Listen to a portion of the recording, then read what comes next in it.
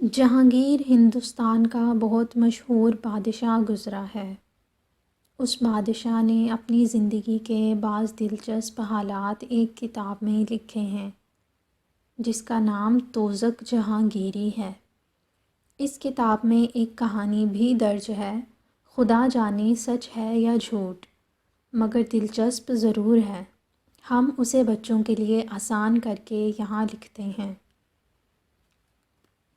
جہانگیر بادشاہ لکھتا ہے کہ ایک مرتبہ میرے باپ شہنشاہ اکبر نے برہان پور کے کسی بادشاہ پر حملہ کیا۔ اس حملے میں فوجوں کو دریائے نرمدا کے پار جانا تھا۔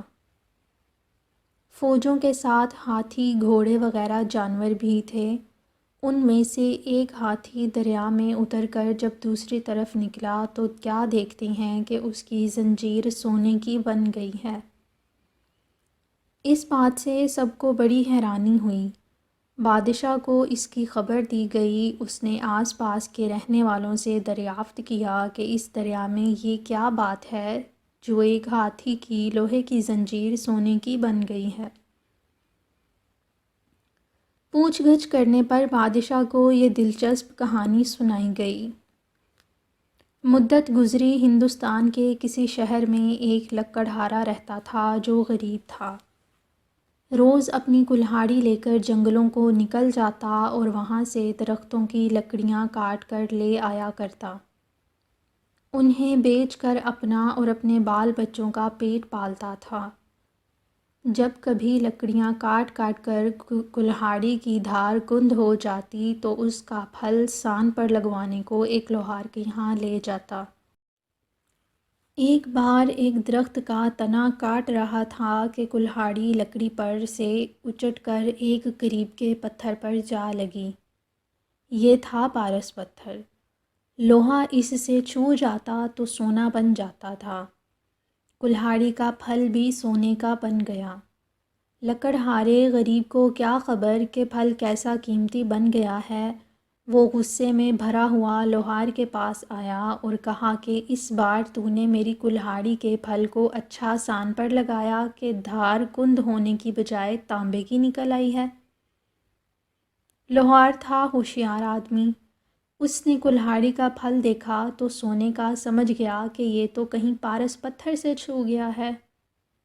اب اس نے لکڑہارے سے سارا قصہ سنا اور کہا کہ میں تجھے بڑی اچھی نئی کلہاڑی بنا دوں گا، تو مجھے وہ پتھر دکھا دے جس سے چھو کر کلہاڑی کا پھل ایسا ہو گیا ہے۔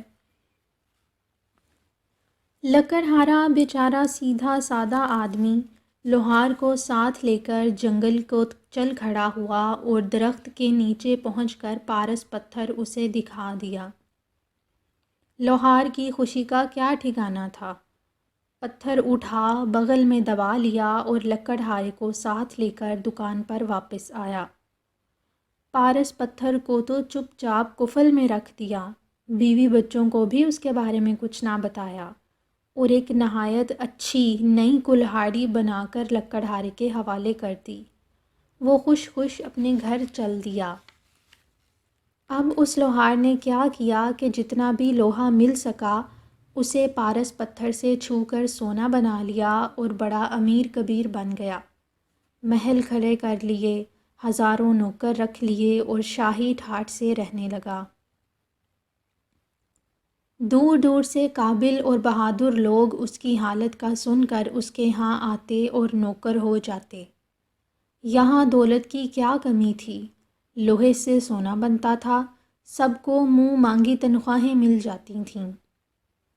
کچھ عرصہ بعد لوہار کو خیال ہوا کہ میرے پاس دولت بے شمار موجود ہے، اس کی حفاظت کے لیے کوئی مضبوط سا قلعہ بنا لینا چاہیے۔ خیال آنے کی دیر تھی کہ قلعہ بننے کی تیاریاں ہونے لگیں۔ اس کے لیے شہر مانڈو میں ایک ایسی جگہ تجویز کی گئی جہاں چار بہت اونچی اونچی پہاڑیوں کے درمیان ایک بہت ہی لمبا چوڑا میدان تھا۔ 20,000 راج مزدور لے کر ایک طرف تو لوہار نے قلعے کی دیوار اٹھانی شروع کی اور اتنے ہی راج مزدور لے کر دوسری طرف سے اس کے بیٹے نے کام شروع کر دیا۔ کہیں 30 سال کے بعد باپ اور بیٹے کی بنائی ہوئی عمارت کا ایک سرا دوسرے سرے سے مل سکا۔ یہ میلوں لمبا قلعہ تھا، بڑے عالیشان دروازے اور مینار تھے۔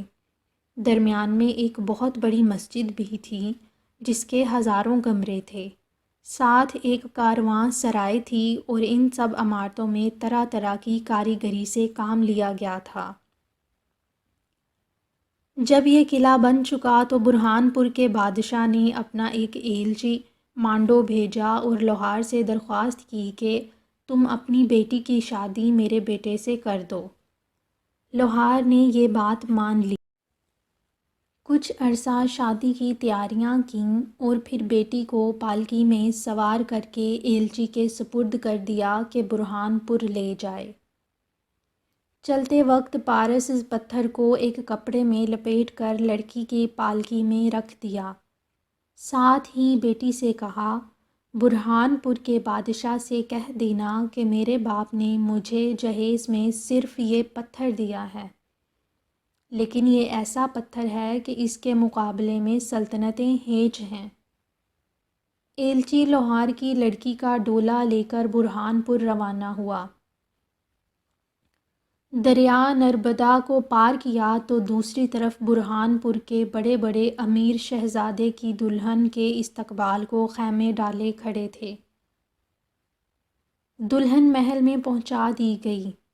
اس کو پہنچانے جو لوگ آئے تھے انہیں بڑے قیمتی خلعت اور انعام و اکرام دے کر رخصت کیا گیا، لیکن برہان پور کے بادشاہ اور شہزادے کو یہ دیکھ کر حیرانی ہوئی کہ اتنے بڑے امیر کی بیٹی کا ڈولا آیا ہے اور ساتھ ہی جہیز میں کچھ بھی نہیں آیا۔